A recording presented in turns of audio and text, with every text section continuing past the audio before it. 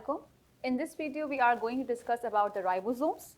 Last videos में हमने different organelles को discuss कर लिया है. Now ribosome, just have a look on this diagram as well कि ribosome का structure आप देख सकते हैं कि it is having two units or you can say two subunits जिसमें हम कहते हैं कि ribosome में first small unit है और larger unit है. इसका कोई ऐसा structure हम नहीं कह सकते हैं कि ये इसका complex structure है. No, it does not have any complex structure. Simple आप स्ट्रक्चर की बात कर लें तो it has two units, that is two sub units, smaller sub units and larger sub units. All right, it is basically found in every cells. Ribosomes आपको हर cell में मिलेंगे, whether it's a eukaryotic cell और prokaryotic cell. अगर मैं eukaryotic की बात करती हूँ तो अदर देन बैक्टीरिया की बात हो रही है, यानी एवरी सेल्स हो गए, plant cell, animal cell, micro organisms body. अगर मैं प्रोकैरियोट्स की बात करती हूँ तो हाँ ऑब्वियसली हम मेनली बैक्टीरिया की बात करते हैं, तो बैक्टीरिया के अंदर भी राइबोसोम्स पाए जाते हैं. Now the importantly we are saying that it is composed of RNA and protein. अब अगर हम बात करते हैं इसकी कॉम्पोजिशन की तो इसके अंदर मेनली आरएनए और प्रोटीन प्रेजेंट होता है. It is occur in the cytoplasm. ये आपको साइटोप्लाज्म मेनली नजर आ रहा होता है.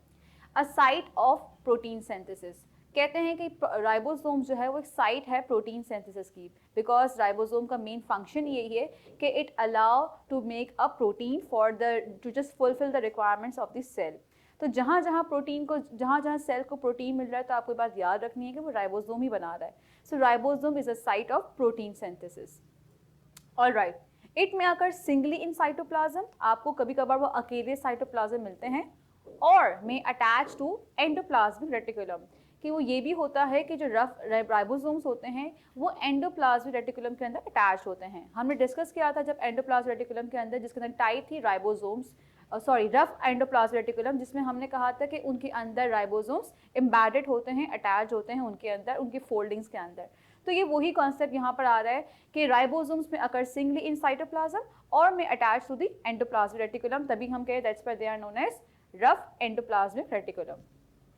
नाउ तो हम डिस्कस कर चुके थे a very short point about the ribosomes, कि हमने कहा कि इसके दो सब यूनिट्स होते हैं, smaller sub units, larger sub units. It is composed of RNA and protein. It is a site of protein synthesis. It is found singly in cytoplasm और में attach to the endoplasmic reticulum.